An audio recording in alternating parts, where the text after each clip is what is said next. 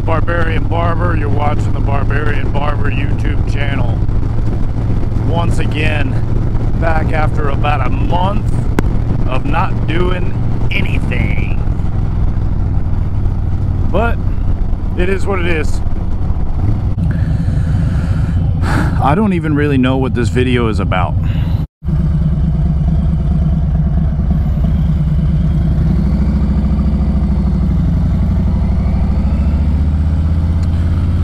Alright, so I just finished up at Starbucks trying to get some freaking ideas for a YouTube video. And I mean, I got a couple of them, but nothing that's like jumping out at me.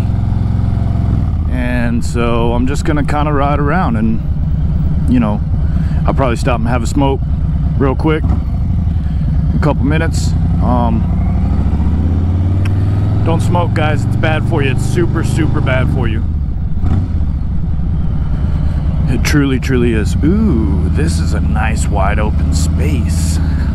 I've been neglecting YouTube and pretty much everything else in my life except for my kids for a while now. And I need to get better about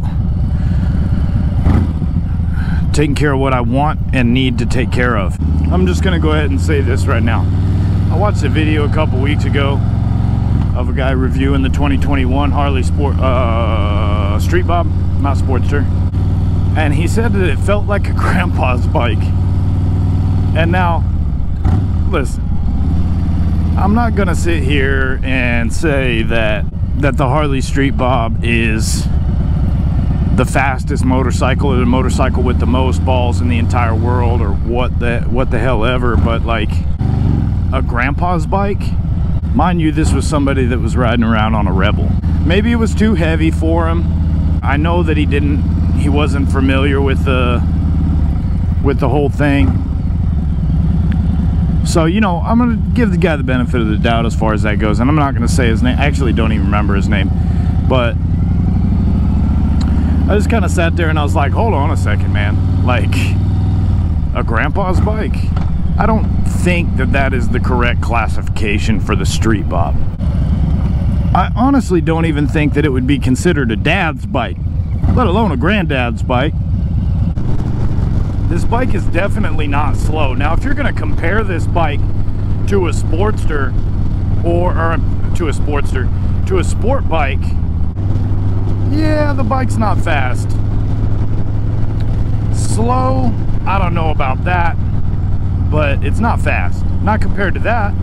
But if you compare the Harley 114 against, you know, past Harleys, it's pretty damn fast. I just kind of felt like it showed the dude, I feel like, you know, to say that this bike is slow is to kind of just show your ignorance to motorcycles in general.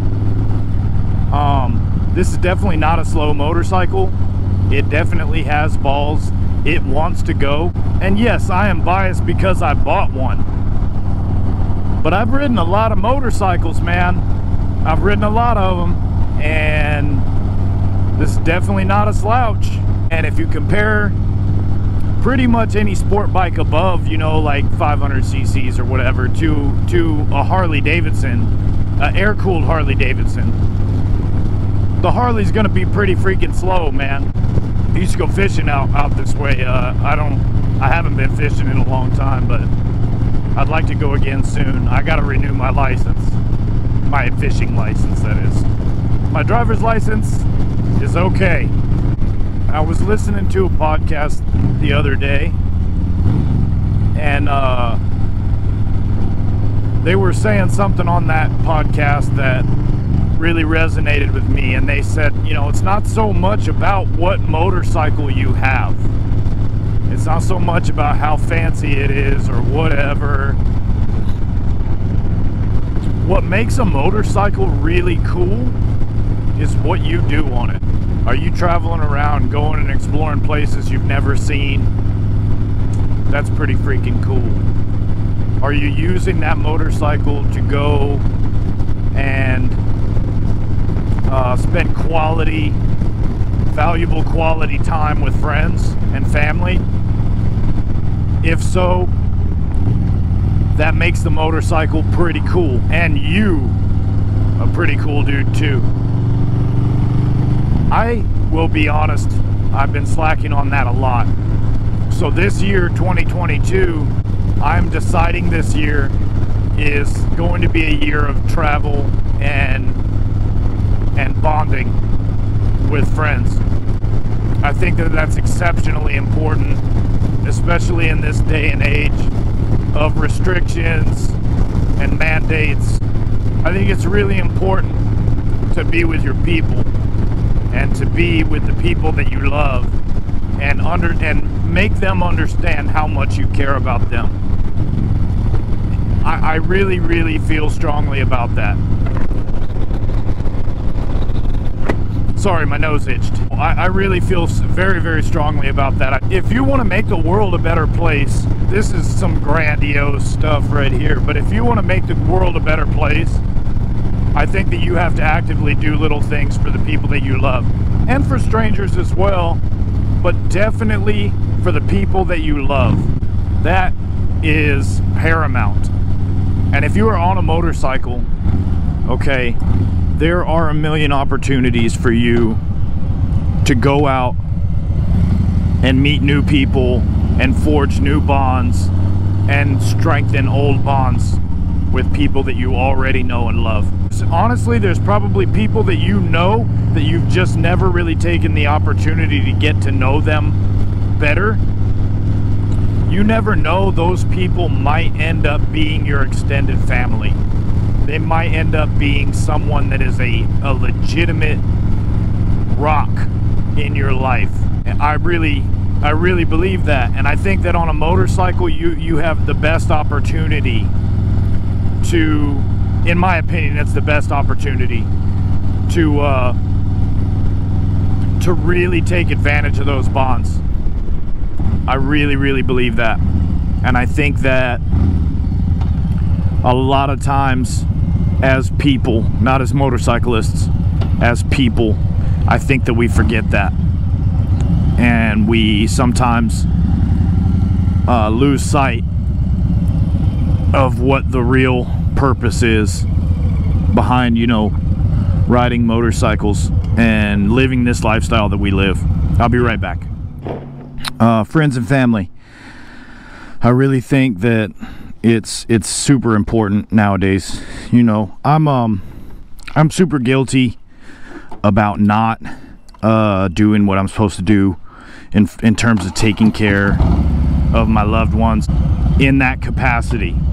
You know, obviously I personally consider myself a pretty good father. I think that there's always things that I can improve on for sure, but I take care of my kids and my wife and things like that. But what I really mean is in the capacity of like going beyond your immediate family, you know, whether it's your extended family, your friends, or meeting new people or whatever. I think that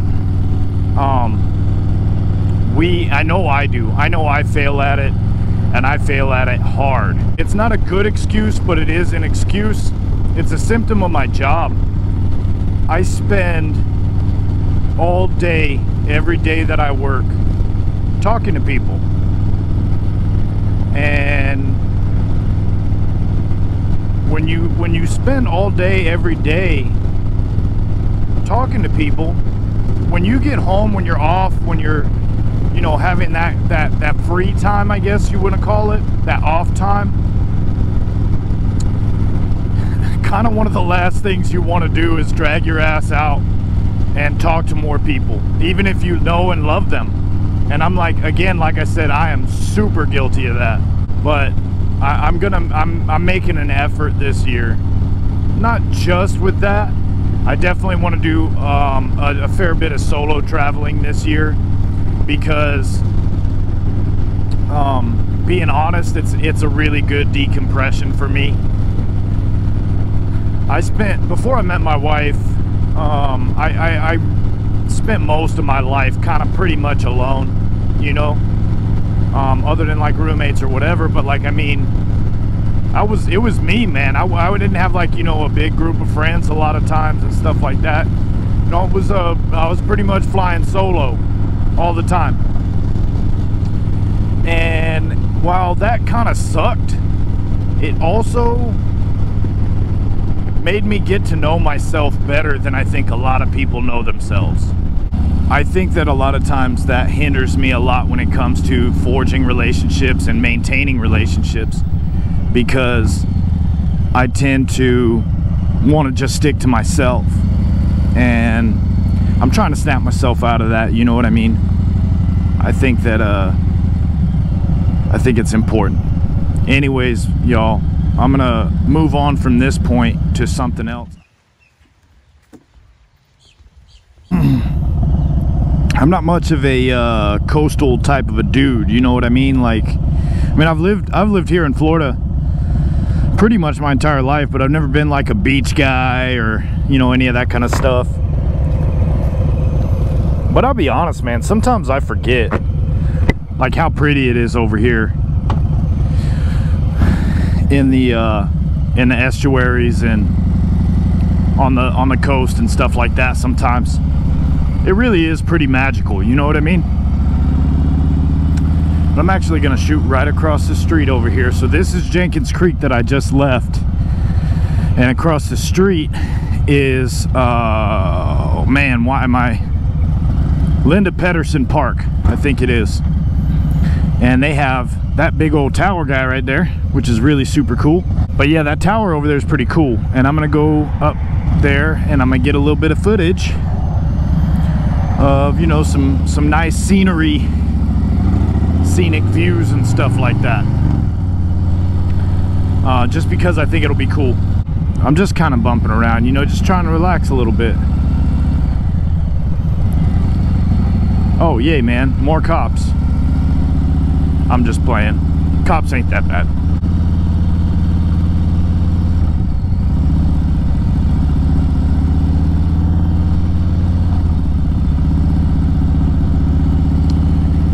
Thankfully, my bike's already dirty and I haven't washed it in like over a month.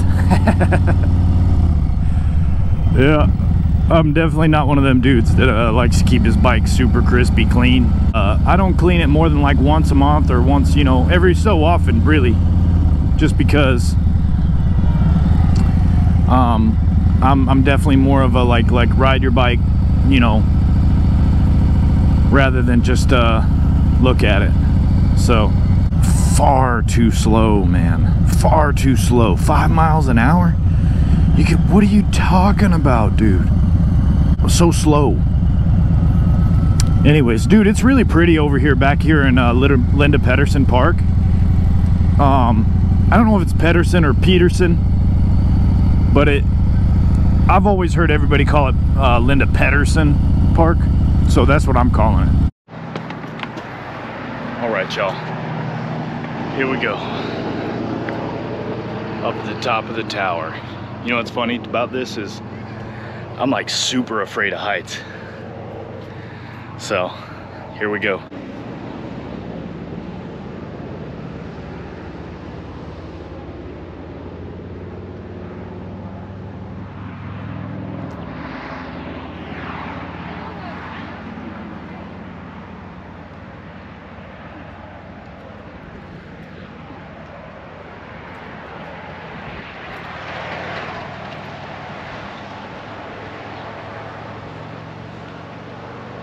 Pretty dope. This is where I live, pretty much. Very cool.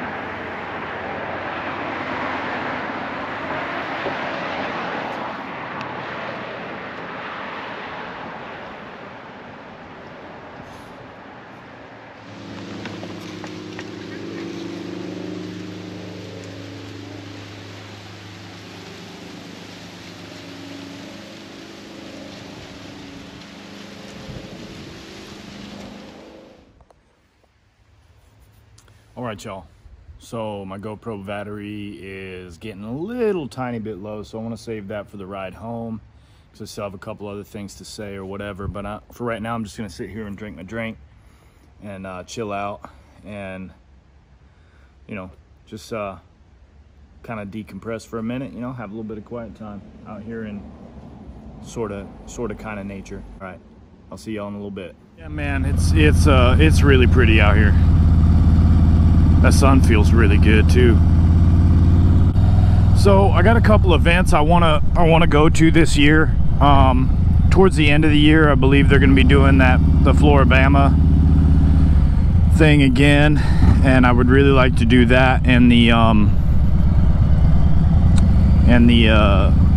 down south camp out. So the down south camp out is really only like a few hours away from me.